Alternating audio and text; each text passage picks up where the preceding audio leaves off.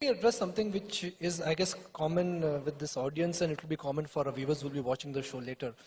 The fear of attachment and the fear of security. What are you attached to? I'm attached to my family, I'm attached to a lot of things, material things in life and emotional things in life. How does one detach some of their worldly attachments, and especially material attachments? If you want to detach from the world, everything material, including your body, you should jump into the ocean, you're on the coast. This entire nonsense is going on for too long, let me put this to end. If you want to be detached, you must do it efficiently, isn't it? 2 meters of rope can do it. You don't need a philosophy you don't need all kinds of teachings. You want to detach yourself from life, 2 meters of rope can do it for you. I'm asking you, are you here to experience life or to avoid life? That's a question. Are you here to experience life or… So, what is the best way to experience life? You know… No, answer the question. You want to experience life or avoid life? To experience life. Tell me, can you experience anything? Anything, from the simplest thing to the most complex things. Can you experience the food that you eat if you're not involved in that process of eating? Can you experience the people around you if you're not involved? Can you experience the work that you're doing? Can you experience anything in your life unless there is involvement? Where there is no involvement, there is no experience of anything. The more profound your involvement, the more profound your experience of life. So, why do you want to detach? What your problem is entanglement. Whatever you touch, you're getting stuck to it. Can you keep the microphone now? No, I'm just checking if you if it's stuck to you. Like I said, you know, I'm attached because I'm a professional anchor, so that's the attachment I'm referring to. No, the problem is just this, we are getting entangled.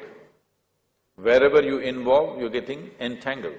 Why this entanglement is happening is because your involvement is selective or discriminatory. Try this and see in your life. When you walk out from here or right here, see if you can look around. All these people, some of them you know, many of them you do not know. Just see if you can look at every face with the same sense of involvement. The air that you breathe, the land that you walk upon, people around you, just everything. Show the highest level of involvement that you can manage. Whatever your level of involvement is, just the same level of involvement with everything. You will see involvement is a fantastic thing and there will be no entanglement. Now I'm willing to involve with this person, not involved with this person. Now you'll get tangled up. So because you're getting tangled up, you come up with a life-negative philosophy of detachment. Detachment will never happen. Those who are trying to detach will get more and more entangled because this is the nature of your mind. Shall we do an experiment with you? I'm going to move to the next part. No, shall we do an experiment with you? He's being very detached with me. Shall we do an experiment with you? No, I mean, we can always do it. Okay. Right now, next 10 seconds, you should not think of monkeys. Don't think about monkeys. Only monkeys, isn't it? So, you have a mind like this. If you say, I don't want something, only that will happen. In this mind, you say, I don't want to be attached, you finished. Unfortunately, they're blaming Krishna for this detachment nonsense. Don't listen to the words that are written in a book, we don't know who wrote it. Look at his life, he's involvement in everything, isn't it? Where is detachment in his life? He's absolutely involved, indiscriminate involvement, so there is no entanglement. You know, one of the aspects which all of us want to understand is there is a necessity in life, there is abundance in life, and there is greed in life. Necessity is important because I have compulsions. Abundance is something I thrive to have. Greed is something I don't want. How do I define the necessity in my life? What you want is always a necessity. What somebody wants is greed.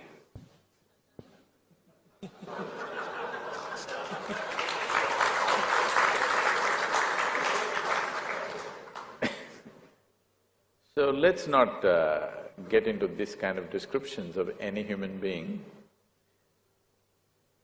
The thing is just this, the nature of the individual human being is like this. Wherever you are, you want to be something more. Yes, is it true for everyone? Wherever you are, you want to be something more. If that something more happens, what? Something more. If that something more happens, what? Something more. So you seem to be going in installments towards something. What is that something? Suppose I make you the king or queen of this planet. Are you settled? Don't look at me hopefully, I won't make such a blunder. If I make you the king or queen of this planet, will you be fulfilled? No, you will look at the stars. This is the nature of the human being. It doesn't matter what nonsensical teachings you give them, you cannot stop it within this, even in a single human being. These kind of teachings, be content, be happy with what you have, has not worked for a single human being on this planet. It will only work either when you are sick or you become too old for anything. Just suppose today you're down, very ill. You'll say, oh, what I have is enough, I don't need anything more. Tomorrow morning you're feeling a little better, again ready? Yes or no? So the nature, the very nature of being human is this, that you always want to be something more. How much more will settle you for good? If you look at this, you will see that it's not more, you want all. What you're looking for is an infinite expansion. If you try to achieve infinite expansion through material means, you will become an endless run. It's like trying to count 1, 2, 3, 4, 5 and one day you believe that you will say this is infinity. No such thing will happen, you will just become endless counting. Your longing to expand limitlessly is fantastic. The means that you're employing is very miserable because through physical means, you're trying to get to a limitless or an infinite state. The very basis or the very fundamentals of physical existence is a defined boundary. Where there is no boundary, there cannot be physical. We call this a physical body because there is a boundary line. If I remove all the boundary lines of this body, can this be a physical body? Nothing physical can exist without boundaries. But there is something within you longing to touch a dimension beyond boundaries. Your longing is fantastic. The methodology is a hopeless methodology. Now, this is not about greed, this is not about conquest, this is essentially a longing to expand because a human being cannot live within the limitations of physical boundaries. We want to expand to a limitless state. If this has to happen, the only way you can be successful is you transcend your physical nature in some way. If your experience of life touches a dimension beyond physicality, only then this will happen. If your experience of life touches a dimension beyond physical nature, then we use this most corrupted word called spirituality. Spirituality does not mean looking up or looking down. It simply means your experience of life has touched a dimension beyond your physical nature. What is the significance of such a thing? Why should I do this? It is simply this, everything physical about you is acquired. What you call as my body is something that you slowly acquired over a period of time. What you call as my mind also is physical. The content of the body and the content of the mind you gathered from outside. through impressions and food that you consume. So, what you have gathered at the most can be yours, can never ever be you.